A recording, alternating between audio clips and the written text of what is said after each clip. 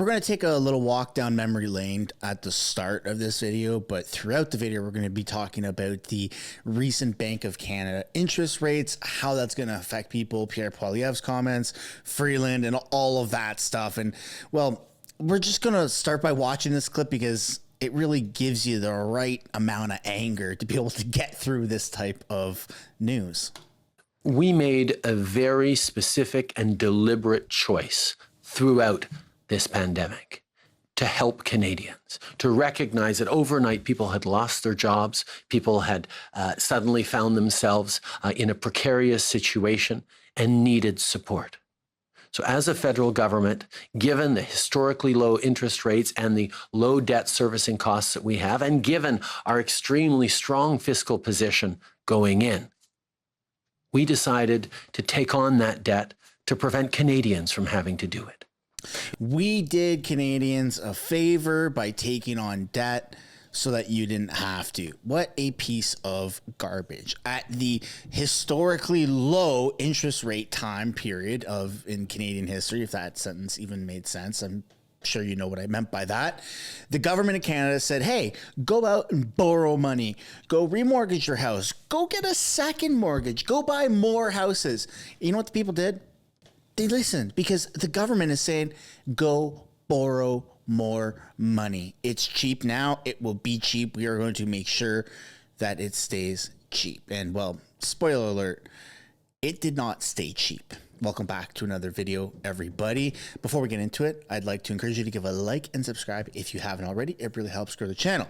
Now let's take a look at Chrystia Freeland, who's Canada's finance minister, announcing that Bank of Canada has raised the interest rates to 4.75%, which means the banks are actually at like 5.75 or 6 or 6.25, which is really, really bad. And I just want to also add that any other job in the entire world, if you failed so poorly in the way that Chrystia Freeland and a lot of the Liberals are failing at their jobs, you would have been fired long ago. And if it was so bad, if it caused the company, aka the country, so much harm, irreversible harm, they would have been sued into oblivion.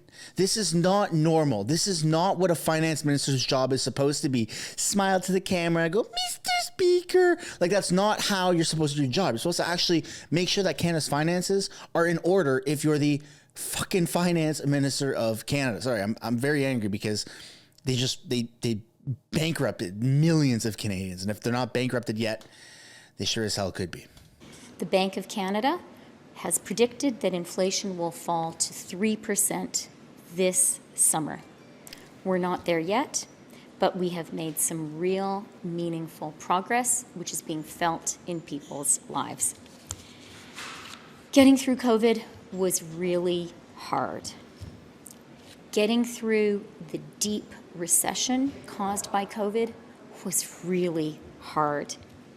And today, getting through the global inflation caused by COVID and Putin's invasion continues to be hard.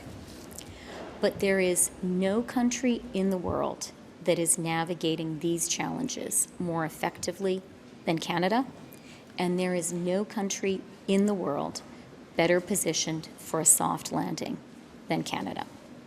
We are very close to the end of this difficult time, and to a return to low, stable inflation and strong, steady growth. Okay, opinion piece incoming. We are not close to the end of this difficult time, and the interest rates will not be 3% this summer. It is currently summertime. You would have to be so stupid to believe that. We're already almost halfway through June, June to July, July to August, August to September. That's 3 months left of summertime before, for the target of the interest rates, the Bank of Canada's interest rates, to go from 4.75% down to 3%. No, it's not happening. And when her claim was that we're almost at the end of these dark times, that's not true, because look at what we're facing right now. We have the entire country is on fire, and the economic impact that will have is massive. Our distribution system is going to slow down. It's going to get pinched. It's going to get squeezed because truck drivers have to go a lot slower. Flights are going to be delayed. So no, you have to be able to plan for these contingencies, and the federal government has failed to do so. So just because you're getting out of one oh shit situation does not mean that you are in the clear and that there is no more oh shit situations. It actually means if you're not well prepared, you're going to even go further down into a decline. But who am I?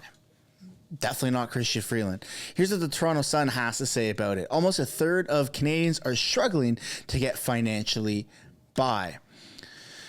All right. 3 in 10 Canadians are struggling to get by as interest rates have risen and are poised to keep going up, a new Angus Reid poll has found. So how is it going to hit 3% according to our finance minister for the country? Yet the Toronto Sun says the Angus Reid poll is saying that interest rates are still predicted to go up beyond the rate that just increased to 4.75%. This is outrageous. The data shows 54% of renters and 45% of mortgage holders are finding their monthly payments for housing tough or very difficult to manage. And this as another rate hike from the Bank of Canada is forecasted soon due to then higher than expected inflation numbers and economic growth in the first quarter. 1 year ago, 19% of renters reported it was very difficult. Now 24% say the same, while owners who find their mortgage difficult to manage has risen from 34 to 45%. Angus Reid found 26% of Canadians say their debt is a major source of stress for them. 42% worry about their debt in a more minor way, while among mortgage holders, 30% report debut as a major source of stress, and 51% say it's a minor. Okay, that's a lot of numbers and a lot of different things. Long story short, people are fucking stressed about money, and you should be, and you have every right to do so, because the people that are pulling the strings and running the show, not a conspiracy theory.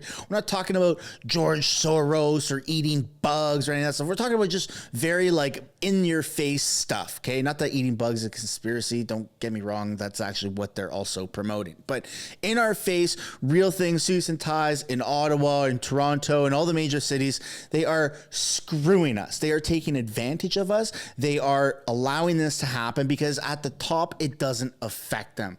They don't mind paying, going from $20 a steak up to $45. That doesn't bother them because you know what? A lot of these people have government subsidized funds to be able to pay for their stuff. Their housing is paid for by us taxpayers. Their food is paid for by us taxpayers. That is included, but not limited to, the conservative leader, Pierre Poilievre. It's been come out that his housing, he's got a maid and a cook and all that stuff. And I'm not bashing him. I'm just saying the people at the top, it doesn't affect them. We need real people to help take control of the situation, because the reality is liberals have just screwed us, and I don't know which politicians can actually help us. I'm really banking on Pierre Poilievre since he has an economics background and he seems to be the most passionate and like common sense minded about this issue, but it definitely will not be Chrystia Freeland. She and other liberals are just mismanaging this country, and it's driving millions of people into bankruptcy. And if it hasn't yet, it certainly will. And so I'd love to know what you guys think down below. Are you prepared for this interest rate hike, or is this a massive surprise to you? And if it is a surprise to you, I am very sorry to be the one to deliver you the news, but it is what it is. It sucks. And I would brace yourself for another interest rate hike. I would not expect it to plateau here and now to go down, even though that's what they're saying. They have lied to you for the past 3+ years, however long they've actually been lying, but more significantly, the past 3 years, they have lied and lied and lied. So I would not listen to Freeland when she says, by the summertime, interest rates will be at 3%. I would not bank on that. Anyways, that's what we're getting in the video. Thank you so much for watching. Don't forget to give a like and subscribe if you haven't already, and I'll see you in the next one. Thanks so much for making it to the end of the video. If you want to support the channel financially, you can do so by checking out the merch shop linked right up there. Or if you want to do something for free, which is also absolutely acceptable and highly encouraged, you can subscribe right there. If you want to continue watching videos like this, you can do so by clicking or tapping right there to watch the next upcoming video. And if you want to watch a little bit of different content, but also Canadian stuff, you can do so by clicking right up there. That's my second channel, House of Canada, also known as the House of Commons Highlights. Thank you so much for watching. I look forward to seeing you in the next video.